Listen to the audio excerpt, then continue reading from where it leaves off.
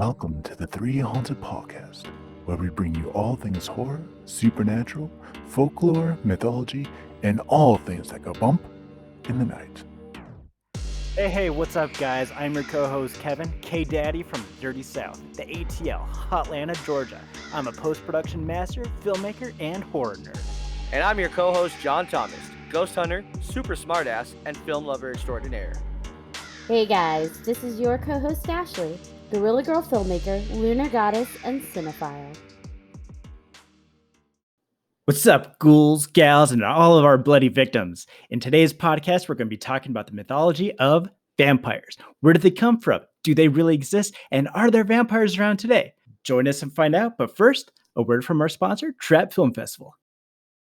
Cinematic, captivating, terrifying, and intense. Trap 2021 will return live May 21st through the 23rd. New categories, new prizes, and still no entry fee. Visit trapfilmfestival.com for more information. And we are back. What is going on, everybody? What are vampires? I mean, we all know pretty much what they are through the TVs and... Rewind. I meant to say TV shows, not the TVs. We know them from TVs. Oh my God, no. The TVs are coming at us. Oh no. Holy balls.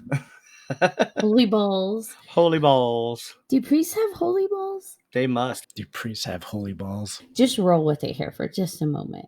If holy water works on vampires, Ew. is there such thing as holy teabagging and or like holy semen? Will that work effectively? The power of golden showers compels you. Ew. Is that a thing? Follow-up question. All water has to be blessed in order to become holy water. Correct. The body fluids, assuming that it does count, does the body fluid, by proxy of being made internally of said priest, does that automatically make it holy, or does the priest have to like bless it as it's coming out? Oh God. Okay. I think by proxy it's automatically holy, but just to be safe, it's like do a little quick Hail Mary and then like you're good. Cross yourself. Wow. Oh my gosh. Weird. Okay. And this is how you start an episode. I feel like we should just go straight into the vampire kit section. I think so. Right? Definitely. No. Jesus Christ. That took a turn that I did not expect. That was really though. Leave it to Kevin to come up with something sexual. I didn't. It was Ashley. I started it. Oh, my bad. Sorry. It's been a week. Let me tell I'll you. own it. I'll own it. I'm the one who started. That's true. It's true. I mean, you did say something about... I said holy balls and teabagging, and then it went. Yes, I was going to say the teabagging came in there somewhere. Jesus. Now you're going to think twice before you accept tea time invitations. Hey, do you know why vampires can't get pregnant? Why? Because they need permission to come inside. Dun, dun, dun. That's so bad it's good. I like that. All right. Alrighty. Well, we came out the door swinging with our holy balls. Holy balls. But I love vampires. I don't know about you guys. Like, vamps have been part of my upbringing, and like, be it Bram Stoker's Dracula, Underworld. I mean, when I was little, I kind of wanted to be a vampire. I mean, who didn't want to turn into a bat and fly away, right? I still do. The whole drinking blood thing kind of got me, but... When I was like 2 or 3, my mom let me watch The Lost Boys. That's like part of her thing with our family, though. She shows kids the scary movies when they're young, like almost like a rite of passage in our family. So I grew up watching all of the horror movies thanks to my mom and her Blockbuster card. Lost Boys, I believe, was probably one of the first vampire movies I'd seen because I was so young, and I loved it. I would go around introducing myself to her friends as stars. I still collect Lost Boys memorabilia. I was working one of the Comic-Cons in Salt Lake City and came across this vendor who had the coolest art piece, and it says Santa Carla, but in the images, it's just got all these subtle details from the movie. Recently, didn't you just do a self-guided locations tour? Oh my gosh, I did. I went to Santa Cruz where a lot of the Lost Boys was filmed. They actually, if you go onto their website, they have maps Cool. for self-guided Lost Boys tours on the city website. And so I got one of the maps and went on a Lost Boys kind of scavenger hunt trying to find all the places I could find. Went to the comic book shop, bought the Lost Boys comic book. Nice. So the one that you see in the movie Vampires Everywhere that they show him, I bought I that want one. from the comic book shop that, is in the Lost Boys. I need to go to Santa Cruz. Yes, you do.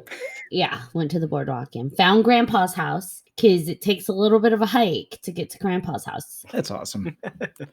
That is awesome. So Lost Boys is a really well done vampire movie that shows a lot of the subtleties. They created their own rules of the vampire world, right? Like the master vampire and the hierarchy of how does one even become a vampire. There's the half vampires, full vampires, master vampires. So they have a full hierarchy. But that's not the standard we see in film and stories. So what are the rules, universal rules we typically see, and who has spun it on its head? I mean, I know they can't, like Kevin's bad joke earlier, can't come inside unless they're invited. Rude. Also with Buffy the Vampire Slayer, that's in that. My whole thing is, and I know with the wooden stakes, I know that in like European times or whatever, they used to stab the bodies to make sure that like when the ground would shift or the floods or whatever, so the bodies wouldn't float back up. But who actually came up with the idea to stab the vampire in the heart with the wooden stake? Like, I don't know where the wooden stake comes from. I get it. It's pointy, but like, what about metal? What about, I don't know. There has to be a story behind the wooden stakes. It would be interesting to go back and find out like why the wooden stakes and why that has such a important factor in like killing of the vampires in the lore, and especially the lore that we all know of, and what's become of mainstream vampirism and whatnot. And same with, crucifixes. Like, why crucifix? Why do vampires always have like that religious tie? So for the wooden stakes, a lot of that was rooted in old traditional beliefs. So it's not so much that it's just wood, it was actually the type of wood. Right. So is it made of ash, aspen, willow, juniper, stuff like that? Because each type of wood is steeped in folklore that gives it its power. So in Asia, willow was used to believe to have power over the dead. And so that would have been the wood used for the stakes. In the Norse tradition, it was the ash tree that is associated with life that, kind of ends the vampire's life. And then you have aspen, which is believed to be a connection to the other world in England, as well as juniper. So in Europe, juniper was a really popular wood used for wooden stakes because it's a symbol of protection. And that was actually in England and Scotland. So really, I think because like anything else, like telephone, things get left out as it carries over. Well, you're starting with very old school folklore over there. And as it comes over here, it's like, well, they used a wooden stake. Oh, I don't remember what kind. So just grab a wooden stake. Okay. So it's just, I think it just really depends where it's one of those lost in translation things of what type of wood was being used. But isn't it interesting that carried through across multiple areas and multiple types of cultures? Yeah. Maybe made of something different, rooted in different beliefs, but they all have the same concept. Yeah. Stick it through its heart. Exactly. That's why I was like, well, maybe metal. Come on. I mean, anything going through the heart's going to kill it. Just like taking its head off. There's various forms of vampires too. There's some forms that are susceptible to metal and like gunshot wounds and other forms, but most of what we've grown to know about vampires does stem from that traditional one and whatnot. When you asked about the religious, why the holy water, why the cross? So we're going to take it even a step further up. There are different types types of vampires. There are the sanguinal vampires, which are the traditional ones that drink blood. They're the ones that we see on the movies for the most part, and they're the traditional vampire. And the sanguinal vampire can actually even be divided into 4 more categories. And those, you have the demonic in origin. And demonic in origin is where you see the ones that are susceptible to the religious weaknesses, the crosses, the crucifixes, the holy water, the sunlight, because sun is associated with God. It's a direct correlation, and it is religious in nature. So you have the ones who are demonic in origin, like Dracula. They have been taken over by something. It has merged with the human's DNA, and they are now a creature that can stay in human form and be very charismatic and appealing and alluring. But they also then transform into this creature that's terrifying. Yeah. And then you have the indirect demonic, which would be creatures like Nosferatu. And that's a creature who does not change his form. You never see Nosferatu go from human to vampire. He is a creature. He is a vampire creature. He started that way. He ends that way. So for him, even though, sunlight was a weakness for him, he wasn't that typical demonic origin Dracula. He would be an indirect demonic vampire. And then you have the human origin ones. Now, I thought that was pretty cool because for me, I thought human origin vampires would be like Dracula, right? But they're not. One of the most fascinating things, I've been researching vampires since I was little and probably shouldn't have been researching vampires, but it's like, I have been looking up this stuff for a really long time. And when I read this, I was just like, how did I never come across this? This is so cool. This should be in a movie. How do we not have more of this? So human vampires, they're human origin vampires. There is this belief that everybody is born with latent psychokinetic powers in our DNA. We all have it in our junk DNA. So it's like our DNA that's not actively in use. And we may go our whole lives never tapping into this psychokinetic power. It just may stay latent and dormant. But there are some who carry a vampire gene in their junk DNA. And as they get older into their teens, usually late teens, that DNA kicks in. And so they start to experience things like cravings of rare meat and blood and like these things that some may associate with cannibalism, but it's not. It's this vampire DNA that is latent, dormant inside of their junk DNA. So where they think it comes from, they actually see it as a filtered demonic vampire power in human form. So it's like this demonic power, but it's filtered free of darkness because it's just in DNA form. It's just like scientific DNA form. This is not a science thing. This is not real, but it's this idea that it's in the DNA. And so it's filtered out from any demonic influence, which means because it's filtered out from the demonic influence, they are not susceptible to the typical demonic vampire weaknesses. So crucifixes, sunlight, none of that bugs them. They are not weak in the same way, but they have the same strengths. Like, holy cow, how cool is that? I hope I have that gene sitting dormant and it's just going to spark up someday and I get to be a vampire.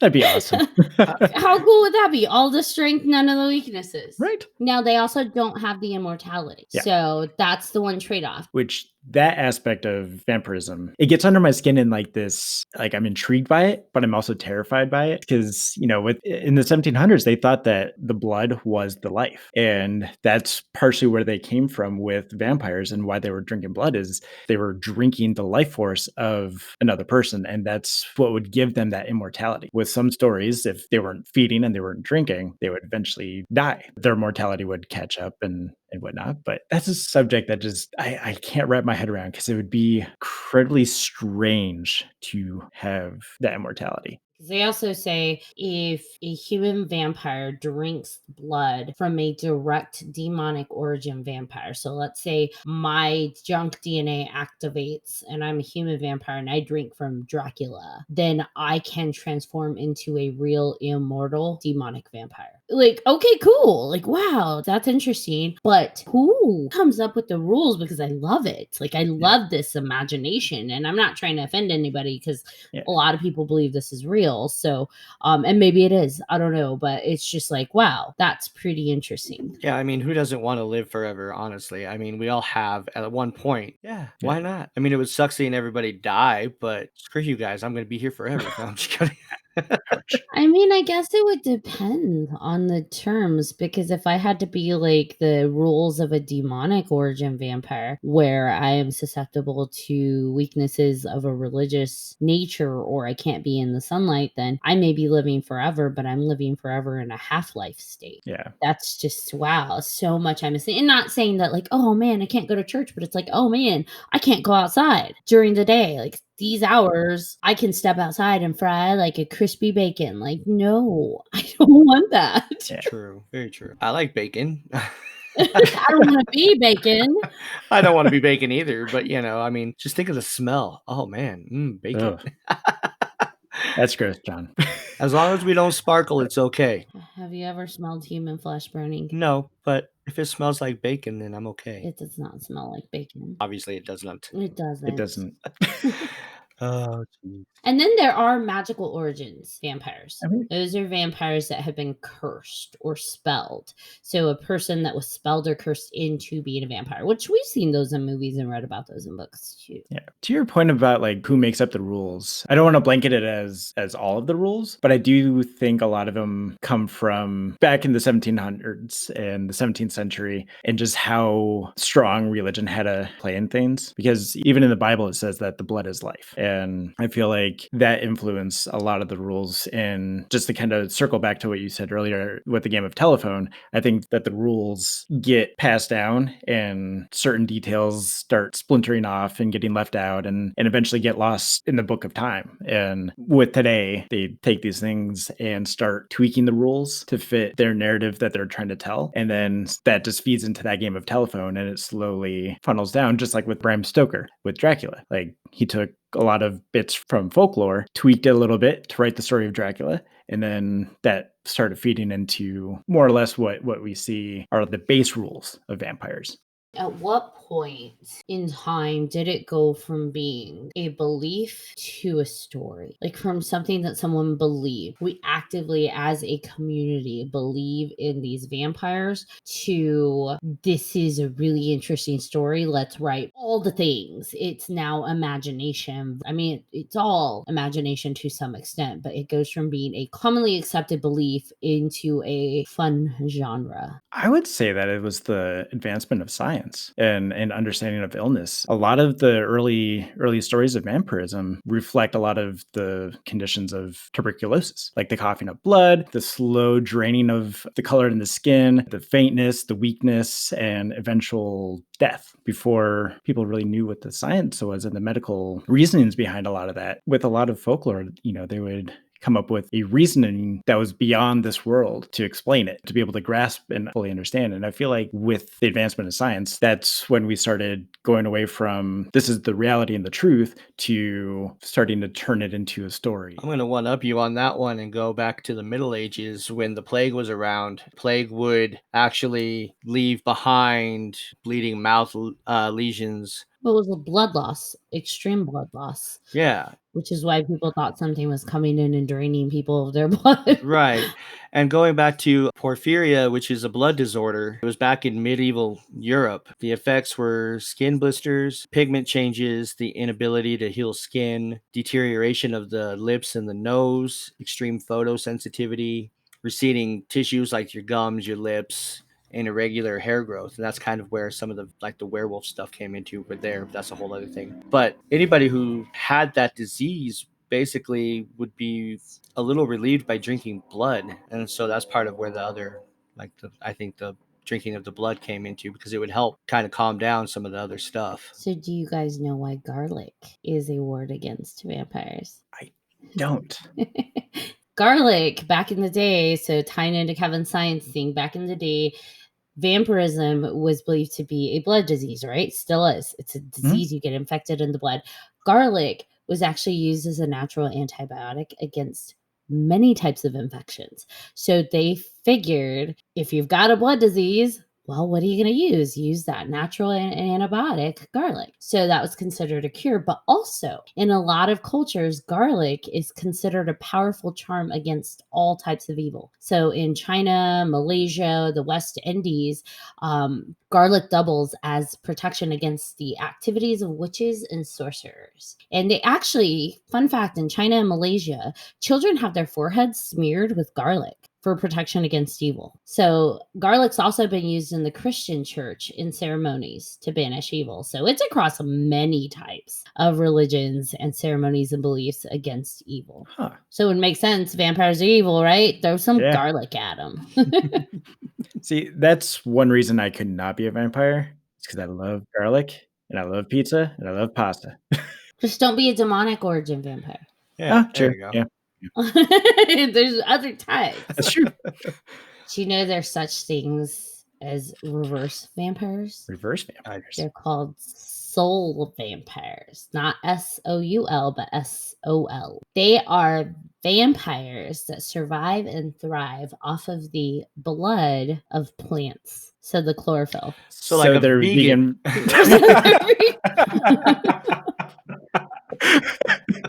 Every vegan I meet now, I'm going to be like, soul vampire. We no offense to knew it. any vegans listening. Maybe a little bit. I'm just kidding.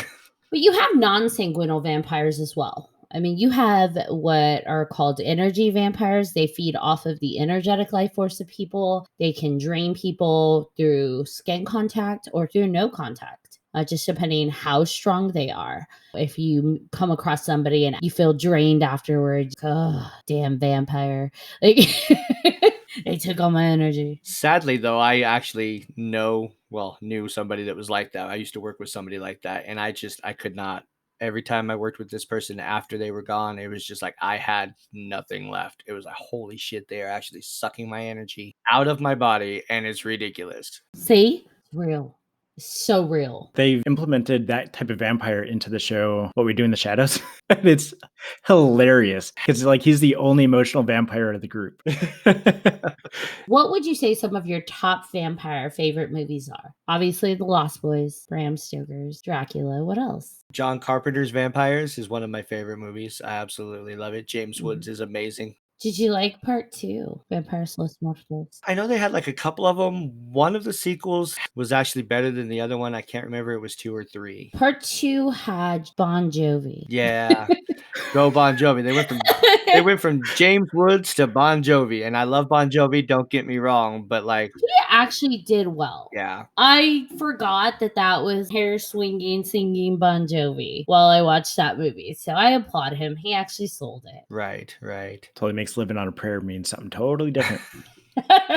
Ba-dum-bum. And Kevin has the bad joke of the day. You're welcome. It's still early yet. I have to go with Robert Rodriguez's From Dusk Till Dawn. Yes, another one of my favorites. George Clooney, Quentin Tarantino. Come on. Danny Trejo. Yes. Mm-hmm. So you have to give Tarantino that shout out too. He wrote it. Yes. Oh yeah. You can't just call him Rodriguez. You're fired.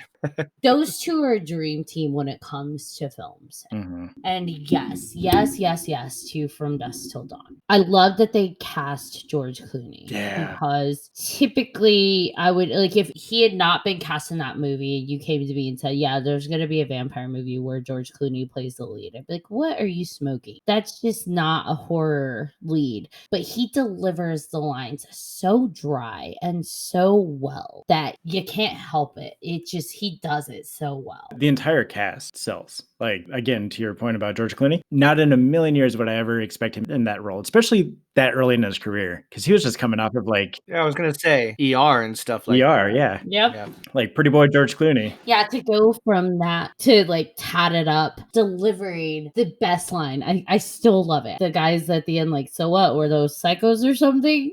And he delivers the psychos do not explode when sunlight hits them. I don't give a fuck how crazy they are. All the cast did well. Selma Hayek. Nobody else can do Salma Hayek's snake dance scene. Nobody. No. Nope. What was her character's name? Was it Satanico? I Yeah. think so. Yeah. Yeah. Yeah, like There is only one Satanico, and that is mother flippin' Salma Hayek. Yes. Oh, yes. I braved zombies so I could see the From Dusk Till Dawn haunted house. So if I can brave zombies, that tells you how much I love From Dusk Till Dawn. Yeah, true. Very true. And you made a joke about just the first one, but I actually enjoyed the third one, The Hangman's Daughter. Yeah, I think that was the one I liked too. I don't think I've seen the third one. 2 was hokey, but still fun. Right. 3 was actually decent. The Hangman's Daughter is the prequel. Yeah, that's what I was going to say. I'm gonna have to check that Mhm. out now. Yeah. I feel like I stopped after 2 just because of the hokiness. How campy it is. Bon Jovi. It wasn't Bon Jovi. I know it wasn't Bon It was Jovi. Robert Patrick is a cowboy. Yes, very A true. cowboy bank robber.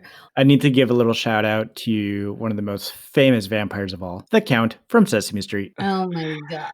That guy is awesome. One. I'm sorry. I thought he was going to go with Edward Cullen and I was going to smack him upside the face. Oh Because my gosh. sparkle vampires, no. We don't count those. No, Those are not vampires. No, they are. I don't even know what they are. You want to know what my biggest hangup was with that series, other than the fact that it was glorifying unhealthy relationships towards teenagers? The thing that bugged me about this concept, they tried to change the vampires too much. I could forgive that they flip and sparkle in the sunlight. Okay, like I could forgive that. You want glitter sparkle vampire? All right, be fabulous all day, every day. Right. But the fact that when the vampires were actually showing themselves, like fighting and feeding, there were no teeth. There were flat human teeth. That's true. There were no vampire teeth. And I'm like, how? Have you tried to bite a person and draw blood? I don't give a shit how hard you bite. It is really hard to draw blood on somebody. Especially that much to drink. I mean, come on. Yeah, and it's just like you're expecting me to believe that these things are like feeding, because the whole underlying secondary storyline is they're finding bodies of these townspeople. They're so mutilated and torn apart. And then I see these vampires jumping on each other with no vampire teeth, no kind of claws. And I'm like, okay. Even if you have extra superhuman strength here, how the hell are you mutilating the flesh? Jaws of steel. It didn't make sense. They wanted people to believe these are like creatures with super vampire animalistic tendencies, but there was nothing but sparkle sunshine. I sparkle in the sun. They run up with like a hole punch and just go pop, pop. Apparently. I can't remember what movie it was from. I think it was an anime, but there was a joke where somebody was talking to a vampire and was like, so the teeth, are they just to make the puncture wounds and then you just suck? Or is there like a straw built into the tooth? And the vampire like touches the tooth and like, never thought about that. I don't know. It's a valid point, I would say. Well, it's a latch on, just like anything else. So your teeth act as the entrance point, but then you latch your lips around like a suction to then suck in the blood. Hey. Shush. Speaking of the teeth, though, if you watch movies like The Lost Boys, it's not their canines that are the vampire teeth. It's the ones next to the front teeth. What are those? Your incisors? Yeah. Yeah, I think so. I like to see which teeth they're playing on, because there are some vampire movies where it's the incisors and the canines. Mhm. The canines are longer, but then like the incisors are also sharp. And then there is Blade Part 2, where it's the modified vampire. The head vampire does genetic tests on his son and turns him into that enhanced super vampire. And his whole flipping jaw disconnects, like dislodges, and it's like all teeth. That was terrifying and cool. Yeah. I forgot all about Blade. Blade.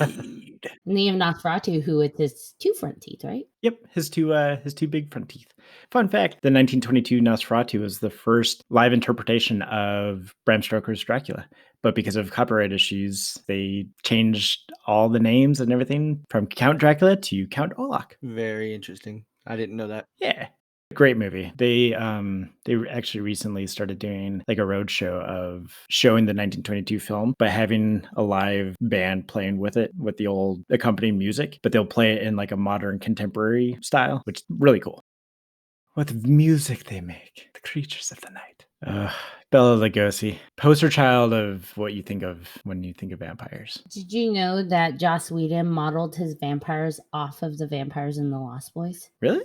Joss Whedon said that the film perfectly captured the way that he thought young vampires should look and act like. Oh, that's awesome. I can totally see that. Like the facial structure and Yeah. Anybody remember that movie that he did before the TV show? Which one? The Buffy movie? Yeah. Yeah. With Yeah, Christy, with Christy Swanson. Yes. Oh, I love it. It's so cheesy and bad. With Pee Wee Herman even. As Pee Wee Herman? No, as a vampire. Okay. Paul Rubens. Okay, not Paul Pee Wee Rubin was Herman. a Yes. Paul he Rubin was a vampire in that? He was the master's second or whatever. The dude that went out and got everybody. Oh wow. Yeah. It was cheesy then and it's so cheesy now, but I love it. Have you guys seen Once Bitten? With Jim Carrey? Yeah. Yep. Yeah. Yep. I am pretty sure I've seen most vampire movies out there from the 80s, 90s, and 2000s. That's Right. awesome. I've seen some really weird, obscure, underground vampire movies as well. Like that one Blood I told you about. That was so cool. I'm still trying to find that. It's like a vampire erotic Evanescence film. I need to watch that. Like that is a need of mine now. Do you know why David wore gloves in The Lost Boys? Mm-mm. I know all sorts of stuff. He actually wore gloves in The Lost Boys because the actor himself, Kiefer, was doing a stunt to try and impress a girl on his motorcycle while filming and totally ate it and Of broke course. his wrist. So he had to get a cast and they put gloves on him so you couldn't see his cast. And they actually switched which side the brake and gear shift was on the motorcycle. Huh. Kiefer Sutherland was a vampire in Lost Boys. Mhm. Yes. His dad, Donald Sutherland, was the one who found Buffy in the movie. Yes. He was. To be a vampire slayer. Like, yeah. Like, what do you think that Thanksgiving is like? Yes. Which, by the way, the vampires in Buffy the Vampire Slayer were inspired by the vampires in the Lost Boys. So, all the connections. All of it. That's amazing. Okay, so a vampire favorite of mine that we have not discussed for Rights Night. Welcome to Fright Night. Yes. Chris Sarandon as Jerry Dandridge. So woon. Just so woon. Do you like how he eats apples? I love how he eats apples. That has been mentioned before already, Kevin. Come on now. Here we go. No, I just think that film is so well done from so many perspectives. I love Evil Ed. Like that character did an amazing job as Evil Ed, but he always seems to play the same character. Like you watch 976 Evil, and it's like the same character. It's just like, oh look, it's Evil Ed. Continued on. They all did such a great job in their casting, and I loved it. I just love the lines. Like as a, when you're younger and you watch it, you're just so into it. You don't really think about what's being said. And then I watch it as an adult and it's like these teens are up in their room and mom's like none the wiser downstairs chilling. And, Amy's just like, Charlie, do you want to make love now? I'm ready. And then it's like they're downstairs fighting and Amy yells at him, do you want to make love or not? And the mom's just like, what's wrong, guys? You having a lover spat? Like they're talking about sex. Mom of the year. And mom's just like, sure, neighbor, come on over. I'm lonely. Sorry, he only likes hookers. Right. And apparently teenagers. Yes. Gross. Well, he has that obsession with Amy. And she Yeah. was, what, 16 or 17? Yeah. So, Gross. just putting that out there. And I love how when Amy becomes a vampire, she goes from being like 15-year-old with short hair to like suddenly va-va-voom 30-year-old with like rocking out bombshell body. It's like, what the hell just happened? Is this what happens when you become a vampire? Because sign me up. I want to go through that glow up. Can I glow up, please? I just want to be Jerry Dandridge. Oh my gosh. Oh, Jerry and that red scar. Do you ever watch part 2 with his sister? It's been a very long time. I don't even remember any of it. I don't think I even knew that there was a part 2. Fright Night Part 2 is a continuation on. They do have Charlie. He's now in college, and his sister is out for revenge. Jerry Dandridge's sister. I know what I'm watching tonight. I liked it. I really enjoyed Part 2. All right. We've been talking about movies. Gary Oldman as Dracula. Thoughts? Loved it. Yeah, There it is was no great. other. There's no other thought. There is no other Dracula. I mean, Not Brams. You can take because Dracula is born of like the Vlad, right? The Vlad history and origins. So really, you can come up with all the different Draculas. But when it comes to Bram's Dracula, and yes, I know the story is much different than the movie. But if we're going to talk about that specific storyline, I don't see any other Dracula. Yeah. What do you think, John? I agree with Ashley. Yeah. Yeah, I don't think definitely. anybody would not agree with that. I mean, I do have to give Bela Lugosi and Christopher Lee a huge nod, but Gary Oldman. Yes. Yeah, I mean, we're not talking about classic monsters here. In terms of the Bram Stoker's Dracula, that's just Gary Oldman, and I'm hoping they never touch that storyline. I'm sure they will because nothing's sacred. Nope. Yeah, I just hope they keep off of that for a while. Yeah. I'm not a huge Winona fan, but she sold it as Mina. Oh my God, yeah. Those two had the chemistry. They were Mina and Dracula, and even Keanu. I know people give so much shit to Keanu for playing Jonathan, like he didn't do well, but I thought he sold it too. I think they all held their parts down and did a great job. Everybody, the entire ensemble was just everybody just played off of each other so well. Lucy was awesome. The scene where Dracula in his beast form is getting it on with Lucy in the courtyard, especially back then. We had to look at perspective of when this was filmed and when this was shown in theaters. And the fact that they had the balls to show this in a theater at that time is like, holy moly. That's holy balls. Holy balls. Holy balls. Holy vampire balls. Holy vampire balls.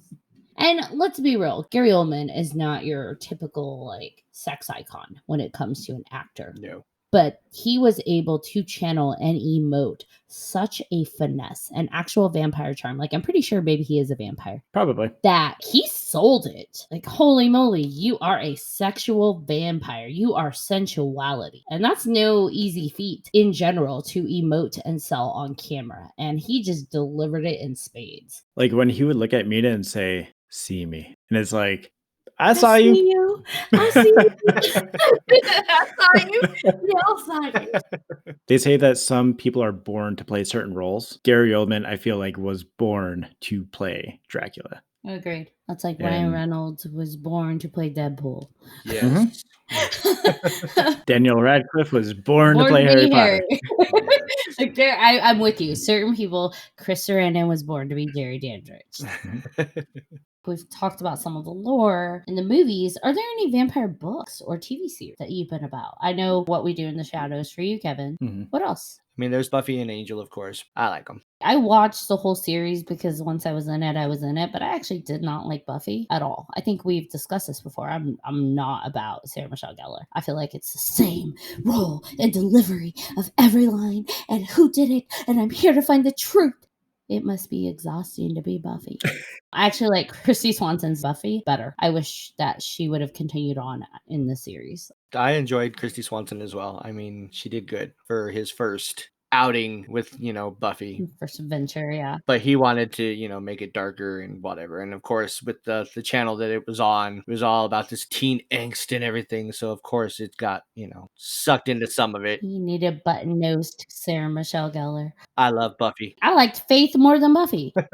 I watched the series because I liked the supporting characters better than the main character. So I liked Xander and Willow and Faith and Angel and Spike. Holy shit, I loved Spike. Spike is amazing. His storyline with Drusilla was just phenomenal. Yes. Loved the show. Not a fan of Buffy herself. What about books? I got no books. I recently got Kevin into a series. It's a supernatural series, but it has vampires. Oh, yeah. It's called The Hollows. It's about supernatural creatures, and vampires are a big, big part of it. Oh, Ivy. Oh, Ivy. This is a really good series, John. If you are ever looking for books, The Hollows series by Kim Harrison. It's a great series. Is phenomenal.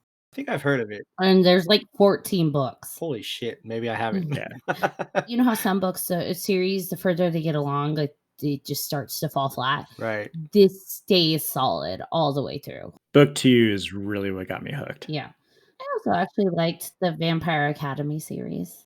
Didn't they make a movie? The movie sucked, but the books were actually not bad. I feel like it's the same thing where book 1 was but the more you went along, the more it got better. And I think it's also because I like the world they created, the rules of vampires. Right. You have your half vampires, but then you have your full vampires, which are strigoi. And the strigoi have to feed off of humans and other vampires and magical creatures. But once you become a strigoi, you lose your soul. And so it's just like all those weaknesses we talk about, suddenly that's what they're weak to. But then they're also infinitely stronger and immortal and fun series. I'm gonna have to check that one out. Did you guys ever get into Anne Rice? She is like the queen of mainstream vampire. I was gonna say I was waiting for Interview with the Vampire and Queen of the Damned to be brought up. I never read the books, but I did see those movies. I did read the books, and I really loved the character Marius. Not a fan of Lestat. I think that the way Lestat was written in Interview with the Vampire was, for the movie, was more appealing. And of all things, like Tom Cruise playing Lestat, but he sold it and was amazing and lovely. And the bromance between him and Brad Pitt, like, what? Yeah. Those two, if you had told me they would be vampires and carry that much sensuality and love towards each other, oh my gosh, that was amazing.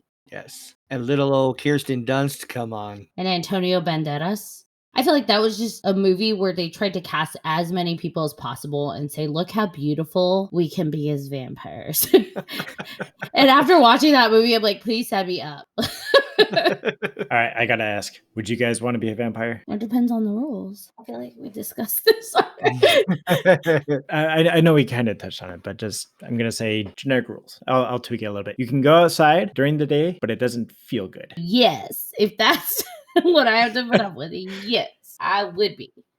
No, because if I have to feed off of people's blood, that gives me the heebie-jeebies. I don't want to do that. You could be a vegan vampire. A vegan. I could be the chlorophyll the soul vampire. Yes. I could do that. That work. Just as long as I don't sparkle. No, don't sparkle. No sparkle. Actually, I take that back. I'd be kind of cool to sparkle. Although I feel like you have to compensate. I better grow some gnarly ass teeth Something. if I'm gonna sparkle. Right. Like crazy fangs. Right. Gotta offset it. You already look sweet and innocent. You got to have something there that makes you scary. Come on. Something terrifying. Yes. Other than my soul and the thoughts in my head.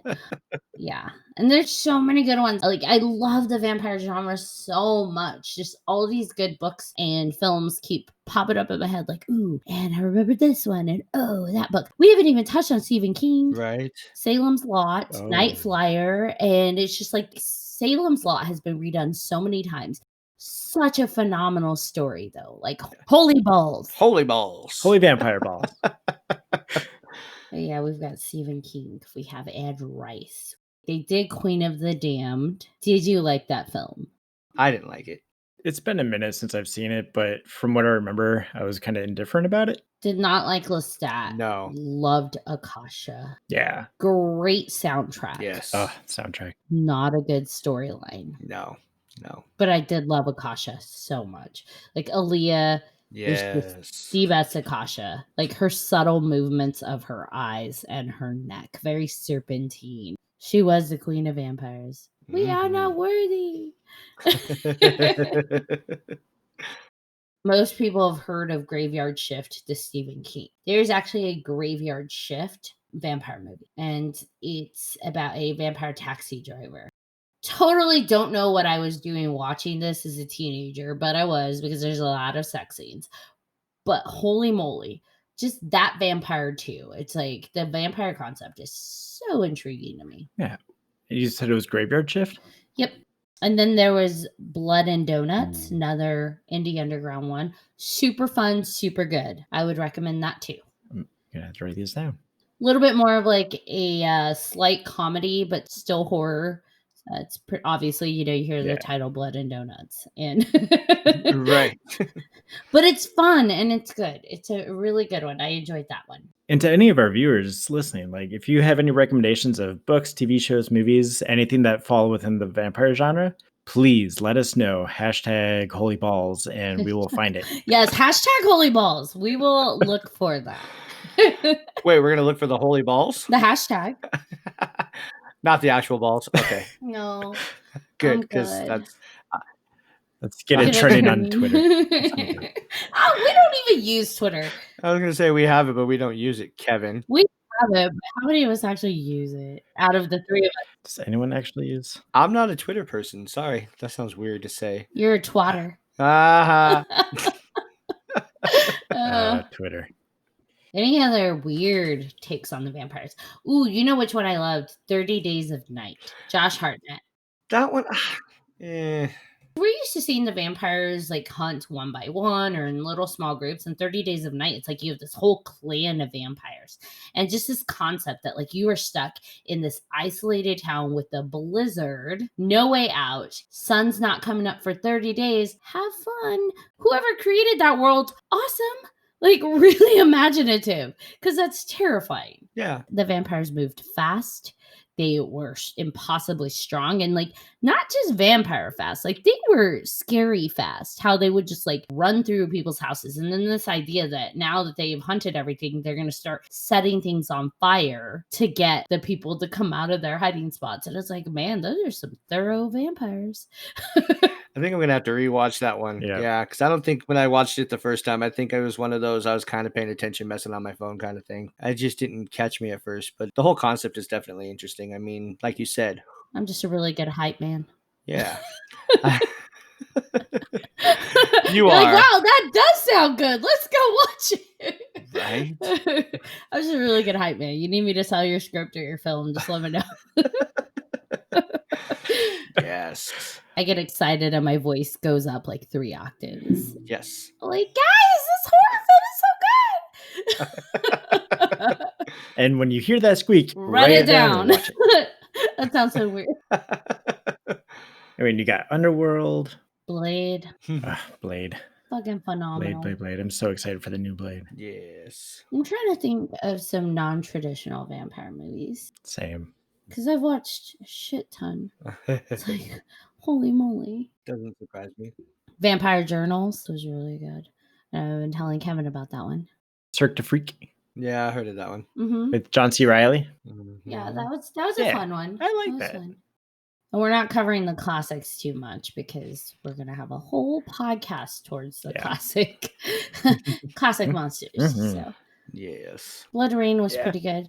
Wasn't that a comic book or not a game? That was That was a based. video game. Yes, yeah, that the was film a video wasn't game. bad, No, it wasn't bad. and it was based on a video game. That was a fun game. Yeah, it was. I played that as a kid. Well, all right. If we're going into games, Castlevania.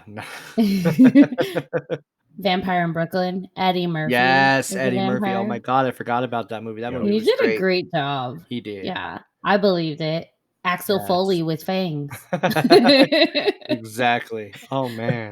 Dracula, Dead and Loving It. Mhm. Leslie Nielsen. Yes. Yeah. All of these I forget until you mention them. I'm like, oh yeah. Oh, I'm Yeah. telling you, that vampire genre, I have eaten it up. Ba-dum-bum. Ashley has the Ashley bad joke of the wins. Ashley day. wins. Bad joke of the day. Woo-hoo. Uh, Did you ever watch Abraham Lincoln Vampire Killer? yes.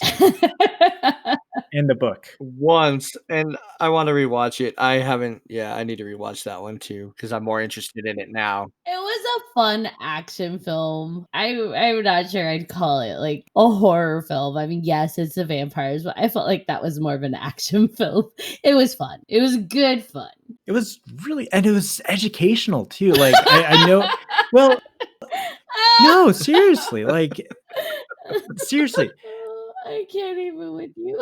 No, it really was. I don't remember reading about Abraham Lincoln killing any vampires in history. No. Like I must have like totally missed that. 7 years ago, I shot that fucking vampire in the face. In the face.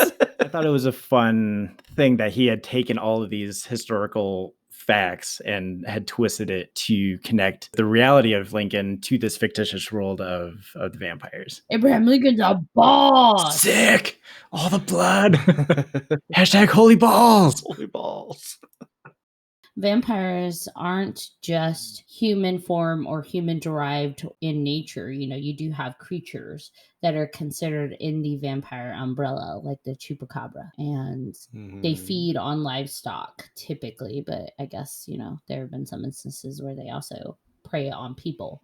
But that is considered a version of a vampire. And we have those creatures in other lore as well. Love the concept of the chupacabra. Yes. Well, guys, any last thoughts on vampires? We have been all over the board with vampires, and I love it. I could talk about vampires for hours and hours and hours. In fact, I'm going to go watch a vampire film when I'm done with this podcast. I might go watch 30 Days of Night because, yeah, like I said, I need to rewatch that one. Because Ashley's the best hype man ever. Ever. Seriously.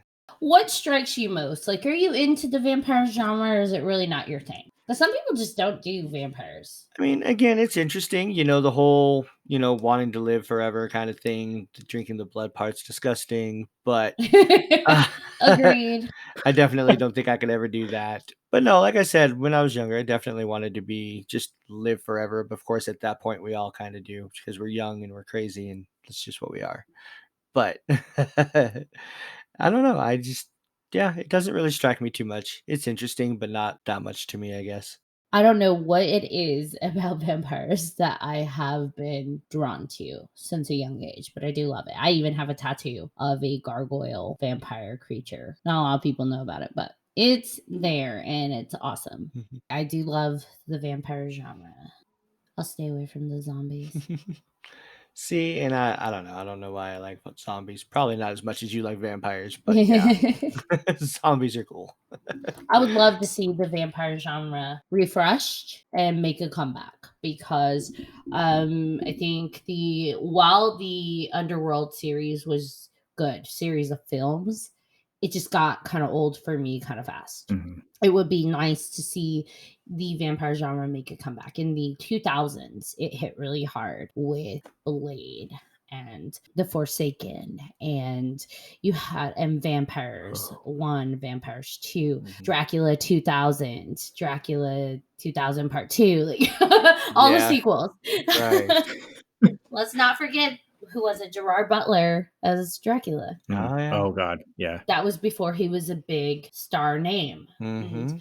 It's like it was a big thing in the 2000s, but you know, it was the same concept being churned out over and over. I'd like to see it done and reintroduced with a fresh take. It doesn't have to be new rules. It could be the same world, but just a new story within that world. Yeah, going on with that, I mean, I know a lot of, again, we did talk about kind of the comedy stuff about it too. I definitely want to see like another spoof Mhm. of vampire stuff. I think that'd be cool. Just something funny. I like to laugh. I do like to be scared, but vampires don't really scare me. So a spoof would be good, definitely. I like the spoof film, especially the spoof film they did on Twilight.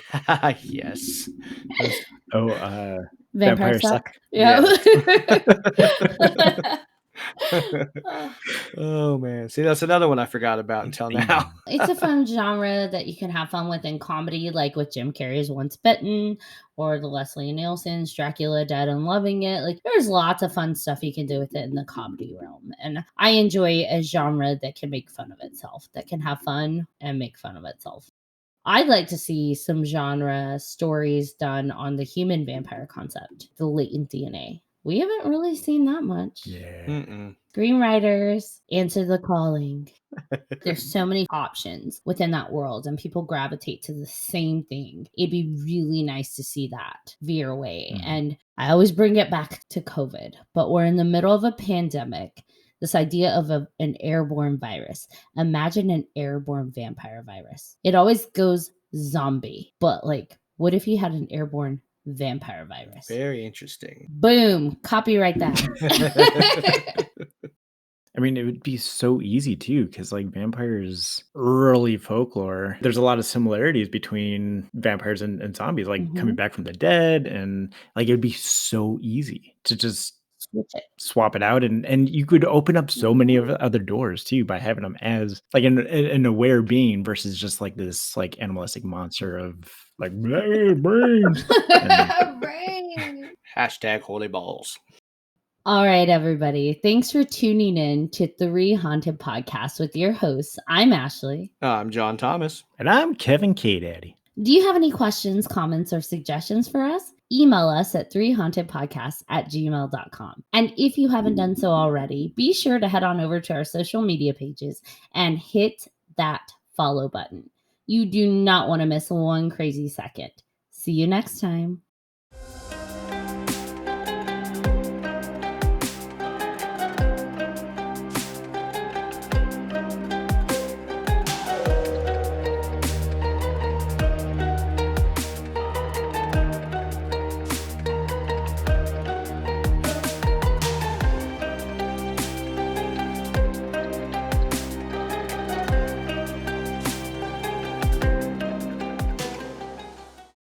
How do the maggots taste, Michael? Maggots, Michael, you're eating maggots. How do they taste? Like chicken. Hashtag holy balls. Hashtag holy balls. balls.